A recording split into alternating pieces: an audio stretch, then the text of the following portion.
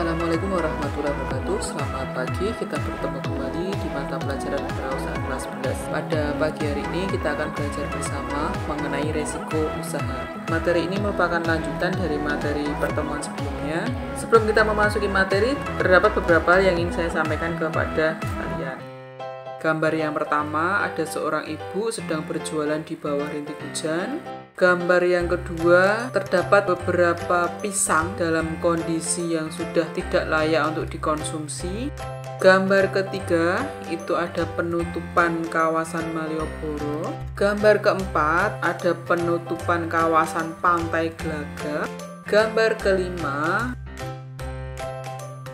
barang-barang tersebut harus terjual habis di suatu swalayan. Gambar yang terakhir menggambarkan suasana pasar tradisional. Para pedagang satu dengan yang lain memiliki dagangan yang sama. Nah, sebenarnya apa yang terjadi dengan gambar-gambar tadi? Dari gambar-gambar tersebut memberikan gambaran kepada kita terkait dengan resiko yang terjadi jika kita menjalankan sebuah usaha. Kita bisa memperoleh gambaran di mana sebuah resiko usaha itu berasal dari berbagai macam sumber. Misalnya tadi hujan, ada penutupan kawasan wisata, kemudian penutupan usaha, kemudian persaingan pasar yang ada di pasar tradisional, seperti itu. Nah, resiko usaha itu merupakan kerugian yang berasal dari keputusan yang diambil. Dimana jika kita salah mengambil sebuah keputusan, maka kerugian akan kita terima. Klasifikasi resiko usaha secara umum dibagi menjadi dua, yaitu resiko murni dan resiko spekulasi. Sedangkan bentuk klasifikasi yang kedua yaitu berdasarkan dampak yang terjadi, dibagi menjadi dua. Yang pertama resiko sistemik dan resiko spesifik. Resiko murni merupakan kerugian yang tidak sengaja dan tidak dapat dicegah. Misalnya ada kebakaran gudang, banjir, kecelakaan kerja maupun bencana alam. Nah, yang kedua yaitu resiko spekulatif, di mana resiko ini sengaja untuk diambil dengan kemungkinan keuntungan maupun ada kerugian yang akan didapat. Misalnya, di sini saya contohkan harga saham menurun, debitur tidak membayar, kemudian komputer terkena virus, jual beli valuta asing. Nah, misalnya kalau kalian baru berjualan online menggunakan handphone, tapi handphone kalian mengalami kerusakan yang diakibatkan karena virus ataupun hardware-nya rusak, seperti itu. Nah, kemungkinan yang terjadi kalian tidak bisa melakukan penjualan melalui online, ataupun kalian bisa melakukan penjualan tapi dengan kondisi yang tidak sempurna, yang tidak maksimal dalam melayani konsumen, seperti itu. Resiko berdasarkan dampak yang terjadi, yang pertama yaitu resiko sistemik, di mana resiko yang terjadi memiliki dampak yang meluas atau kemana-mana. Misalnya saya contohkan penurunan tingkat penjualan. Nah, penurunan tingkat penjualan ini akan berakibat atau memberikan dampak pada penurunan pendapatan atau penurunan keuntungan. Yang kedua, penurunan tingkat produksi. Yang ketiga, pengurangan pegawai. Resiko berdasarkan dampak yang kedua itu dampak spesifik, di mana resiko ini memiliki dampak khusus dan tidak dapat dihindarkan, tapi dapat diminimalisir. Pada saat hujan, mungkin ada visitor kita yang berjualan es buah, dia sudah tahu pada saat musim hujan itu dagangannya akan tidak laku, tetapi dia tetap melakukan usahanya. Meskipun hasil yang didapatkan sedikit, dia masih bisa meminimalisir dampak yang terjadi pada dirinya. Seperti itu, mungkin cara mengurangi bahan-bahan yang dibawa.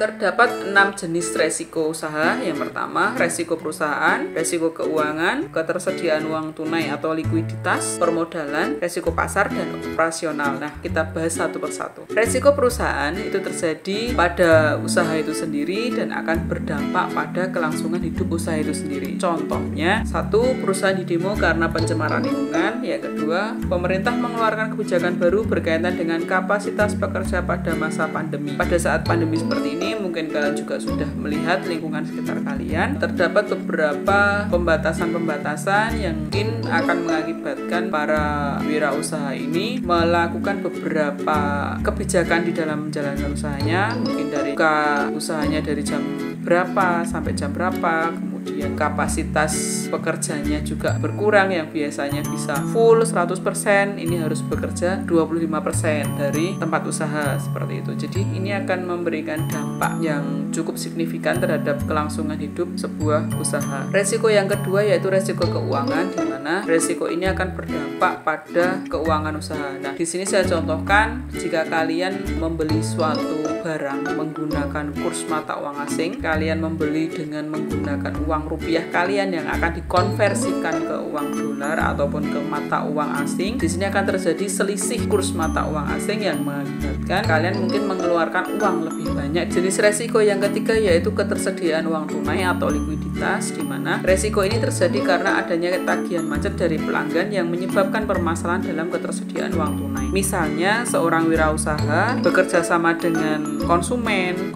tersebut mengalami kesusahan dalam membayar hutangnya kepada wirausaha, sehingga wirausaha mengalami kesulitan dalam penyediaan uang tunai. Kalau dihitung-hitung uangnya utuh, kalau dihitung secara nominal, secara hitam di atas putih, uangnya masih ada. Tetapi kalau dilihat secara nyata, uangnya itu tidak ada karena uang itu ada di tempatnya konsumen, dia belum membayarkan hutangnya kepada si penjual seperti itu. Resiko yang selanjutnya itu resiko permodalan. Resiko permodalan terjadi karena adanya kerugian penjualan dan berkurangnya ketersediaan uang tunai. Resiko permodalan ini biasanya seorang pengusaha itu atau seorang wirausaha itu memiliki modal usaha untuk menjalankan usaha. Nah, jika tidak ada ketersediaan uang tunai ataupun mungkin ada kerugian dalam penjualan, si pengusaha ini akan menggunakan uang modal secara berlebihan untuk menjalankan usahanya agar usahanya itu tetap berjalan dan tetap bertahan di pasaran. Resiko yang selanjutnya yaitu resiko pasar. Nah, resiko pasar ini terjadi karena adanya persaingan usaha. Tadi saya contohkan di awal, di sebuah pasar tradisional di mana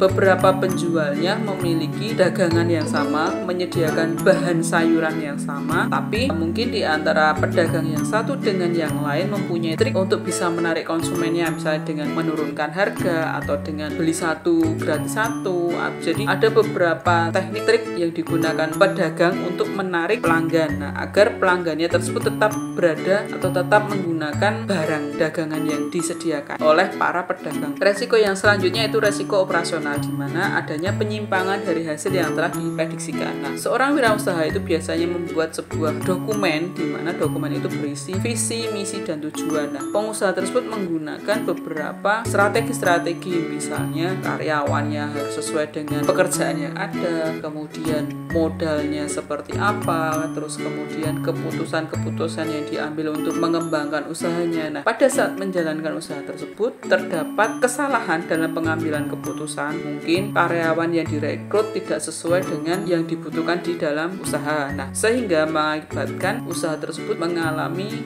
keterlambatan dalam pengerjaan suatu proyek. Terdapat beberapa metode identifikasi resiko usaha. Metode yang pertama yaitu pengalaman dan sejarah, di mana pengalaman dan sejarah ini para wirausaha atau pengusaha itu mengumpulkan beberapa informasi seperti informasi keluhan pelanggan, informasi kecacatan produk, informasi rekam jejak karyawan, informasi pertumbuhan penjualan yang akan digunakan sebagai bahan evaluasi untuk mengembangkan usahanya, untuk mengevaluasi jalannya usaha agar usaha tersebut terus berkembang di masa yang akan datang seperti itu. Jika menemui permasalahan yang sama di masa datang, dia bisa membuka informasi-informasi yang sudah dikumpulkan, kemudian melakukan evaluasi permasalahan seperti ini, penyelesaiannya seperti ini berhasil. Tapi untuk tahun sekarang permasalahan sama dengan penyelesaian yang sama tidak berhasil, maka dia harus mempunyai strategi untuk menyelesaikan permasalahan tersebut. Metode identifikasi resiko yang kedua yaitu pengamatan atau survei. Nah, di sini survei yang dilakukan yaitu survei tingkat kebutuhan pasar, survei ketidakpuasan pelanggan, survei menemukan produk baru, survei terhadap gaya hidup dari pelanggan, survei lokasi pendirian usaha. Nah, pengamatan ini dilakukan sebagai bahan mengembangkan usaha yang akan dilakukan. Untuk membuat suatu produk kita harus mengetahui seberapa butuhnya pasar terhadap produk yang akan akan kita hasilkan. Metode identifikasi yang selanjutnya yaitu metode identifikasi resiko berdasarkan acuan. Nah, acuan ini digunakan untuk menemukan kelemahan, kekuatan, peluang, hambatan, ancaman sehingga wirausaha dapat mengetahui apakah produk dan strategi sesuai dengan kebutuhan pasar dengan mengacu pada pemimpin pasar. Pemimpin pasar ini biasanya akan menguasai pasaran di mana produk-produk yang dihasilkan itu biasanya sudah